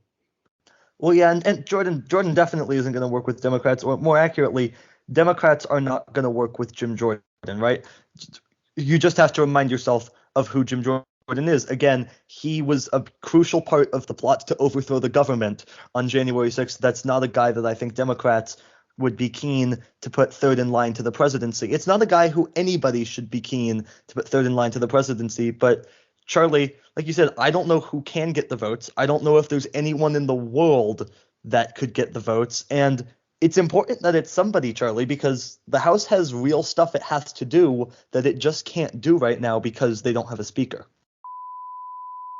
We're going to start with the speaker election, or really, shall I say, lack of election, because I think when we talked about this last week, they'd gone through a couple of ballots and they still hadn't elected a speaker. Well, guess what? As of recording this, they still have not elected a speaker, Charlie, as Jim Jordan flamed out in a 3rd round of balloting, lost even more votes, and then in a closed-doors meeting inside the Republican conference, they voted to remove him as their speaker nominee. Yeah, this is a absolutely huge problem, not only for the Republicans trying to elect a speaker, but also for the U.S. government and the international community as well. Because the U.S. House has not been able to do anything, that government shutdown looms closer. They have just over 3 weeks now to get that done. I believe it's November 17th that they have until to pass another bill, as the one that they passed earlier this year was only temporary and only delayed the government shutdown. As well as this also prevents more U.S. funding to Ukraine and to Israel as well, because those need to be passed by by Congress in order to have that aid flow. So as of now, the U.S. is really powerless to do anything right now until we get a speaker elected. Exactly. And Charlie, I think also we are somewhat underselling just how chaotic it has been in the House. Reporters on Capitol Hill, it just seems are they're basically portraying a picture of complete chaos among the Republican Party. And Republicans themselves have been saying, like, we don't even deserve the majority at this point. They recognize that this looks very bad on them and that they are basically incapable of governing. They can't even elect a Speaker of the House. I mean, it's a situation, Charlie, that was brought on by themselves, right? This was their whole thing. They wanted to lower the threshold to remove the Speaker of the House, the motion to vacate, to just one person asking for a vote. That's what happens. McCarthy was voted out. We haven't had a speaker now in just about 3 weeks, and it's not clear who can get to 217. It's just yelling match after yelling match in the Republican conference. It looks like maybe they're going to nominate Tom Emmer to hold that speaker job, but can he get to 217 on the House floor? I mean, that doesn't seem likely to me. What are they going to do? I have no clue. I don't think anyone really does, actually, Charlie. Starting with the fact that the U.S. government finally has a Speaker of the House.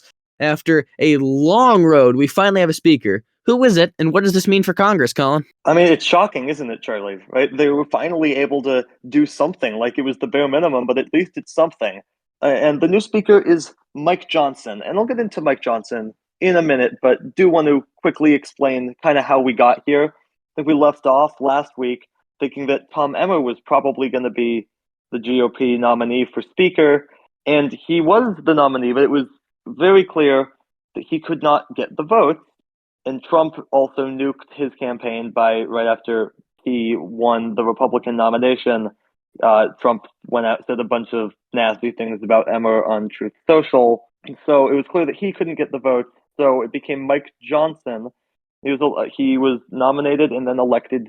He was unanimous among Republicans, I should say, on the House floor. Something that's kind of shocking given how divided they have been. And Charlie, Mike Johnson, he's from Louisiana. He's, I believe, only been in Congress for like 6.5 years now. So rising very quickly. He was the vice chair of the Republican conference. And Charlie, he has some very interesting views, I guess I should call them, far right views. He was not only an election denier, he led the effort in the House in 2020 to overturn the election results through not certifying the results of the election on January 6th. He kind of led that plot and led the plan to sign on, House Republicans signing on to that lawsuit filed by Texas against several other states, looking to throw out a bunch of votes, that lawsuit going to the Supreme Court. Johnson led the effort by Republicans to sign on to that. Beyond that, he is in favor of a national abortion ban and also wants to roll back gay marriage. So, Charlie, this is an extremist. Absolutely, and particularly at a time where the U.S. really cannot afford extremists and really cannot afford any more delays. With that government shutdown still impending in just, I believe, 3 weeks now. November 17th, I believe, is the deadline. As well as the U.S. also needs to pass critical bills to help aid in both Israel, Palestine, and in Ukraine as well, as there's another big battle going on out in the east. I did have a couple quick points to add on, though. First of all, once Johnson was elected, a Republican said, "We're back and better than ever." No, you're not. You're definitely not back and better than ever. It took you 3 weeks, Charlie, to put a Speaker of the House in. It's the most basic task of governing. I wouldn't even describe it as governing. You're just electing a leader. It doesn't get much easier than that. And you fought over it for 3 weeks until finally you came to somebody. And so, no, you're not back and better than ever. You're still divided, and you're still not working for the American people, which kind of leads to my second point, which is at the press conference after the Republicans nominated Johnson, he was asked to question Israel aid, and he gave a non-answer. He basically said, "We're not talking about policy tonight." Okay, Well, then, when are you going to talk about policy? Because, like I said, it was 3 weeks of no policy going on because you were busy trying to choose who the next speaker would be. And it turns out policy wouldn't start when he became speaker because all the members went home to their districts because apparently they were too tired at doing the bare minimum of governing. Like, you can't make this up. It's beyond parody. Like, do work for the American people. But, like, my God, like, what are you doing here? And then the final point, also from that press conference, a reporter asked Johnson about whether, like, the democracy aspect, is he pro-democracy because of, like, he attempted to overturn the 2020 election. And he was booed by all the House Republicans. A member of Virginia Fox told this reporter, Rachel Scott of ABC News, to shut up. It's like this proves that you don't care about democracy. Like, there's nothing democratic than shouting down a reporter reporters are supposed to be beacons of democracy for asking you whether you support democracy and refusing to answer the basic question over whether you support democracy, proving that you do not support democracy, Charlie. Yeah, and I really think that is a key point. This chaos twice in 1 year, first with the 15 ballots it took to elect Kevin McCarthy, and now this recent battle really does not help the Republicans in 2024, with, of course, the entire House up for election, as well as the possibility that they may have had to attempt to take the lead back in the Senate. This is really hurting their chances, and this is some friendly fire, certainly from the Republicans and from that small group of Republicans who took all those concessions from Kevin McCarthy only to kick him out just under a year later and set off all this chaos to begin with. Well, yeah, that, like, you kind of summed it up. And, like, final point, like, it's October, Charlie. It's not like we're talking about this in January. It's October. They've had 9 months and we're still talking about who the Speaker of the House should be. Like, that's insane. Like, get your act together. Yeah, and Charlie, let's start with the election results that just came in last week. So they're not presidential elections, not congressional elections. This is just like local elections for the most part. A couple states had governor's elections, Kentucky and Mississippi, some ballot initiatives in some states, some state legislature races, some just other local races. Seattle had city council elections, for example, all sorts of various races. And Charlie, let's start with that Kentucky governor's race. Now, Kentucky, obviously a very red state. Trump won it with 62% of the vote. Charlie, a Democratic governor was elected in the state of Kentucky. Yeah, well, and I think one of the interesting things that I didn't hear a lot of people talk about is the fact that the Democrat here is actually the incumbent, which may surprise a lot of people. He won in 2019, but this was actually a very big move for Kentucky. Obviously, no surprise that most likely the Republicans will take whoever is the nominee, which is looking more and more like it will be Donald Trump. Very much likely that he will still take that state anyway. But this does hurt Republican efforts to really do anything anymore within the state of Kentucky, and could really change the landscape on how we consider Kentucky. However, it is still very likely that the Republicans still maintain control in this deep red state.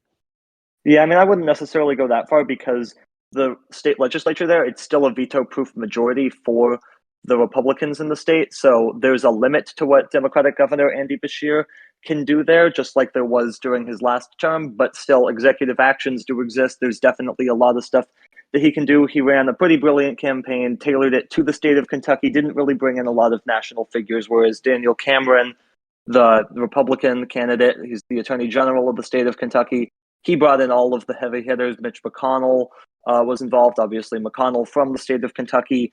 Donald Trump was involved, so he brought in everyone, and it just did not go his way. Beshear won by an even bigger margin than he won in 2019, which does signal that his policies have been very popular, especially regarding the issue of abortion, something that Charlie did very, very well on Tuesday.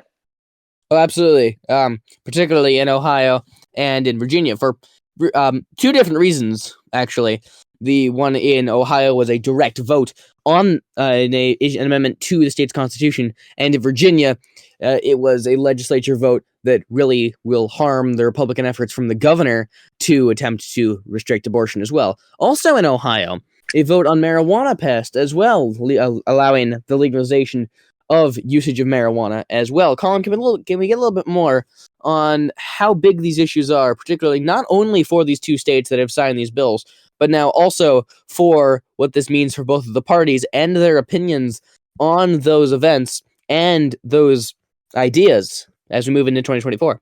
Yeah, so I think that voting on candidates and voting on issues is just very, very different. And like generally, the liberal position on issues tends to win, but for whatever reason, Republicans tend to do better when it's a candidate on the ballot as opposed to an issue. Like Ohio, a red state, I would say now, it did vote for Obama twice, but now looking pretty clearly into the Republican camp. But they did legalize marijuana, and then abortion, they legalized. And Charlie, it's a trend that you're seeing all over the country. Abortion is very popular. There's now been 7 states that have voted on the right to abortion directly as a ballot measure, and Ohio's now the 7th state that pro-abortion movement has won. California, Vermont, and Michigan, I believe, they all enshrined the right into their state constitution, just like Ohio did, guaranteeing access to everyone, while there were anti-abortion measures last year on the ballot in Montana, Kansas, and Kentucky. Charlie, all of those efforts failed. So the pro-choice movement is just getting huge wins. Abortion is a winning issue for Democrats, too, as we saw in the midterms last year. And then, like you mentioned, in Virginia, one of the big promises from Virginia Governor Glenn Youngkin, if he got back control of the state Senate, would be that he would pass a statewide abortion ban. Virginia, the only state in the South without a statewide abortion ban. But he was not able to retake the Senate. The Republicans did gain a seat in the state Senate. He also lost the Virginia state House, so a really bad night for Virginia Republicans, even though you could argue that Democrats may have underperformed. There's an argument that they could have done a lot better in Virginia. Winning both chambers of the state legislature, that's a pretty huge deal, Charlie. Absolutely.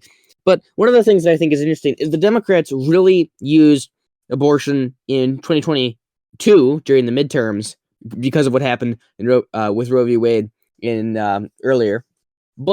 And they obviously used it here in 2023 as well. But the question is, how long can they use that as a winning issue? I mean, I personally think that it can be a winning issue for Democrats for a long time, right? The issue, it's not one that's going away. People are still very concerned by the issue of abortion. After all, it's still illegal in many, many states across the country. Joe Biden could probably pretty easily make it a big part of his re-election campaign and basically say, hey, this guy that I'm running against, which is almost certainly going to be Donald Trump, he appointed the 3 justices, or 3 of the justices, to the Supreme Court that helped overturn Roe v. Wade, took away abortion access. That could, I think, be a big winning issue for Joe Biden and for Democrats around the country. Charlie, I don't see this issue going away anytime soon. No, absolutely not. But it's just a question of how long can they keep using that on a national stage before voters understand their position and stop really using that as their big push. Considering that the Republicans in popular ideas have the wins on ideas like the economy as well, which of course, which is one of if not the top current issue among voters.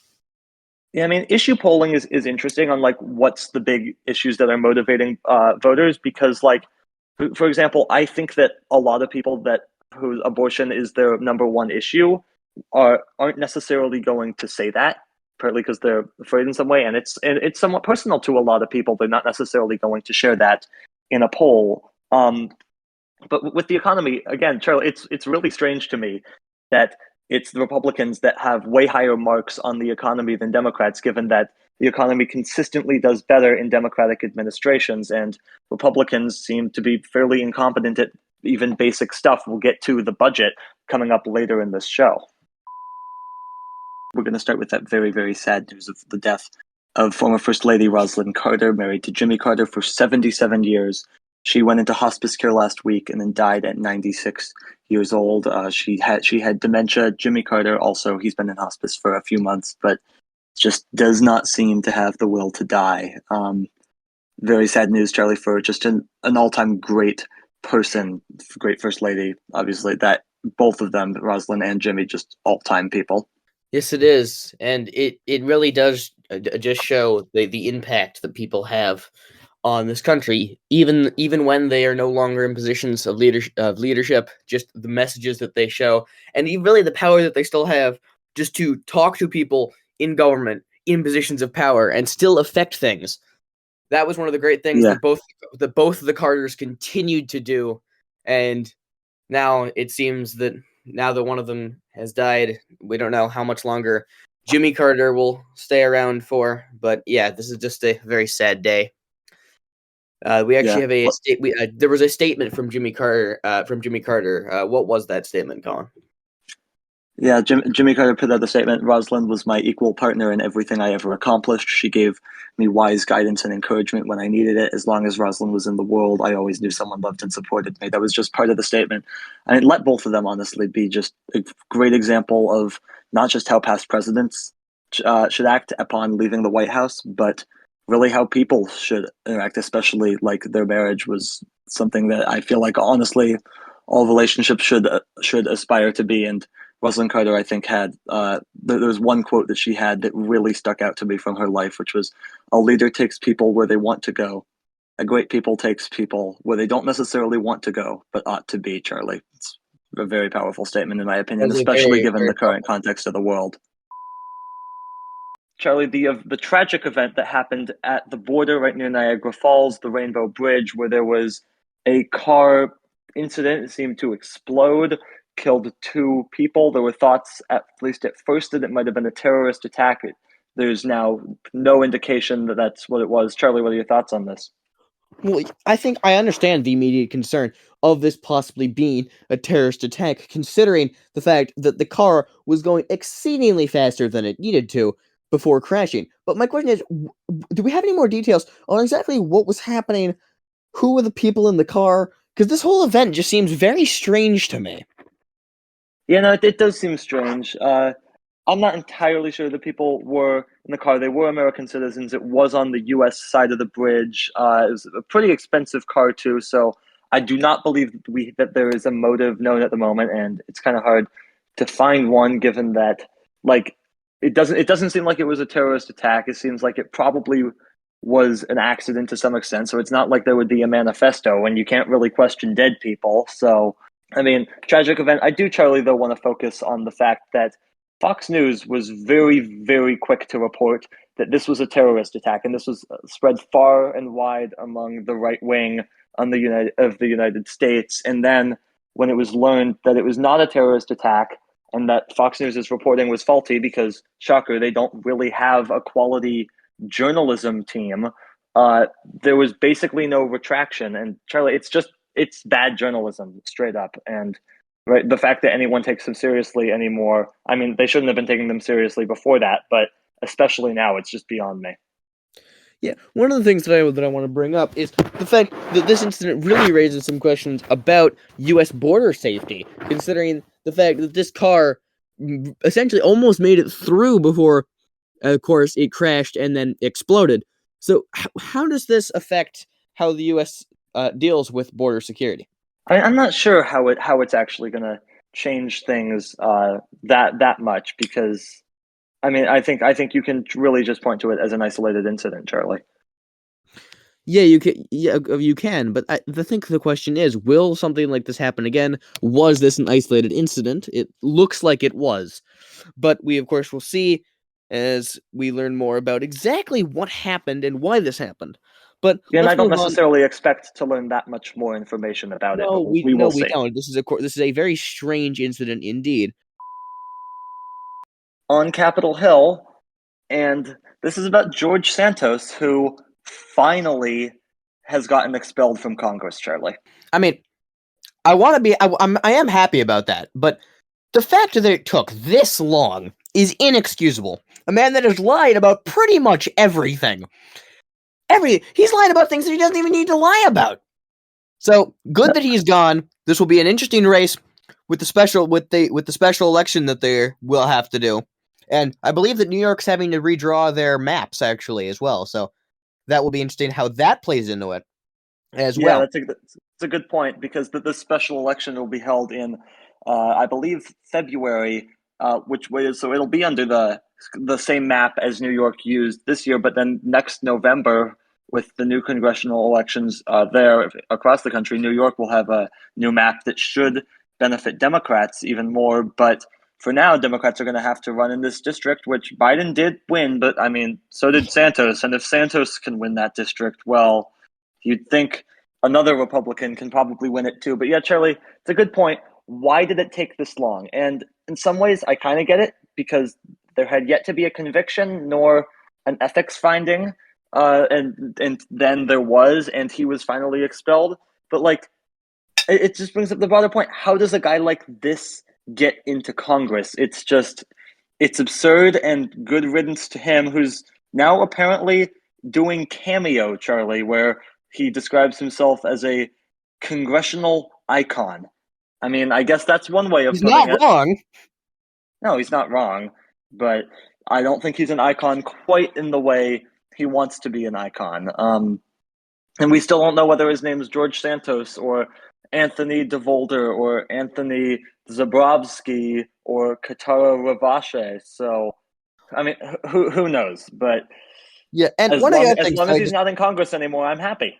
yeah, one of the things they also did want to focus on for possible reasons that he had not been expelled up to this point until, of course, just recently, is just how slim the Republican holding on the House of Representatives is. Very close. And not helped at all by the fact that they were now losing Kevin McCarthy. So what happened? He went from speaker to now member, and now he's done with Congress.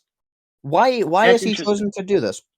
It's interesting. I want to tackle your first point first about that thin majority that the Republicans have. So, yeah, Santos is gone.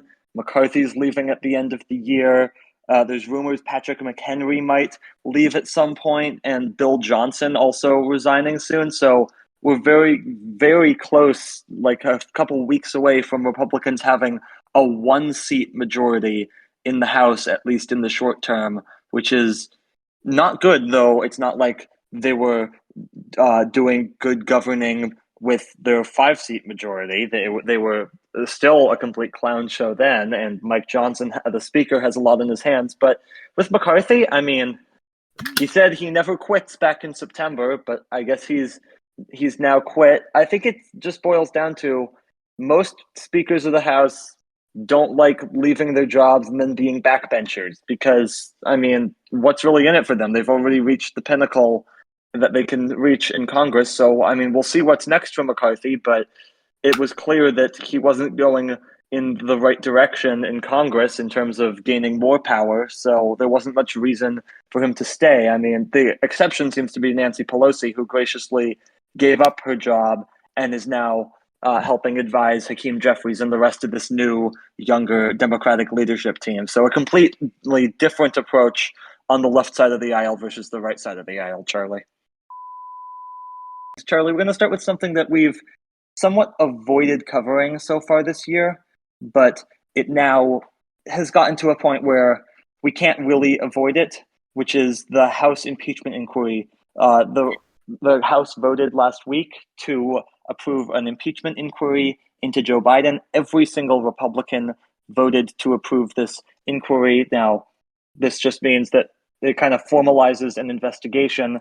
But Charlie, what I find really interesting about this is, as Jamie Raskin put it so brilliantly on the House floor, this is not a whodunit. There's not a crime and you're trying to figure out who did the crime. It's, you've got a person, Joe Biden, that they don't like, so they're basically saying, well, what crime can we figure out that he did?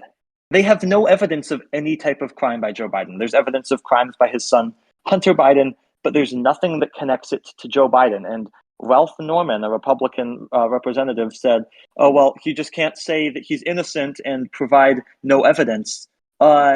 Yes, he can. He literally can. We have something called innocent until proven guilty. It is on the prosecution to prove beyond a reasonable doubt that someone is guilty. That is how the American system works.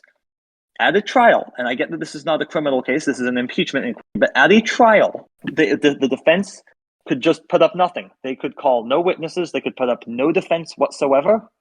And unless the prosecution can prove beyond a reasonable doubt that someone did this crime, that person's innocent, because you have to be proven guilty. You never in America have to prove your innocence. And it's not just about Biden not having to prove his innocence. He doesn't even know what he has to prove his innocence for, because he's never really been accused of any specific crimes. They still have no clue what they're doing. They're just throwing a bunch of stuff against the wall and hoping that something sticks, Charlie. I did want to focus on your point, though, that this is an inquiry. There is nothing necessarily so far that we've proven that Joe Biden has done wrong. In fact, it is very likely that he hasn't done anything wrong. But if he has, and that something that he's done wrong is criminal, then of course he should be prosecuted on it, because that makes sense. But yeah, one of the thoughts I had on this is this a move to make Joe Biden look worse for the 2024 election? Because one of the things that people keep coming back to about Trump is, well, he was indicted twice. So is this possibly a move to say, look, see, Joe Biden was also indicted? Yeah, no, I think it's a fair point. Like, Trump would love nothing more than for Biden to be impeached too, because then all of a sudden it looks like Trump's impeachments maybe aren't that big of a deal. But thing is, there's no evidence against Biden except that Republicans don't like him. They've accused him of a whole bunch of stuff, of like giving out loans to his son, right? Like remember, it's his son, or Hunter Biden making payments to Joe Biden. In reality, it was just a loan, or it was him repaying him for a car. And like, it's just a whole ton of stuff like, oh, well, Hunter Biden had a phone call with Joe Biden. Yeah, people generally call their fathers. That's like a normal thing. I know that that's maybe not something that Trump, maybe he doesn't call his kids, but that's not every father-son relationship. And like, as far as we know so far, Joe Biden was being a good father, and that seems to be the problem that they have with him. And let me remind you, this is just distracting from the fact that Congress can't get anything done. We just wrapped up the first session of the 118th Congress. They had 724 total votes in the House. Only 329 measures passed. 22 bills that they passed became law. That's it, 22. Compare that to the second session of the 117th Congress in 2022. There were 549 votes. Okay, not as many votes, but 686 measures passed. It's more than double. And compared to 22 that became law in this session of Congress in 2022, 284 bills. This Congress was one of the least productive Congresses in history, and we can't just distract from that fact, Charlie. Yeah, that is very important. They had a tough time getting a speaker, and then they had to do it again. They had a tough time finding funding for Ukraine, which they're still up in the air on, I believe. They had a hard time. They had a hard time doing anything. It seemed like it took multiple votes to do anything, and I know that can happen in Congress sometimes, where it has to go to a second vote or they have to rework a plan. But it just seemed to happen every single time that they tried to vote on anything. Yeah. No, I mean, they just don't seem competent with basic governing skills. And that will do it for part 2 of our Politics Year in Review. If you have not seen part 1 yet, make sure you go check that out. And make sure that you subscribe to the C&C Talks podcast and go to our website, cctalks.com, for everything you need to know about the show. Call us with your questions at 360-389-2630. Again, that's 360-389-2630. And of course, follow us on Twitter at CC Talks Podcast. We'll be back with season 3 of C&C Talks on January 4th, but until then, enjoy the holiday season and have a happy new year. For our production team of Morris and Zack, I'm Colin. And I'm Charlie. We'll see you next year, and we got some big things coming.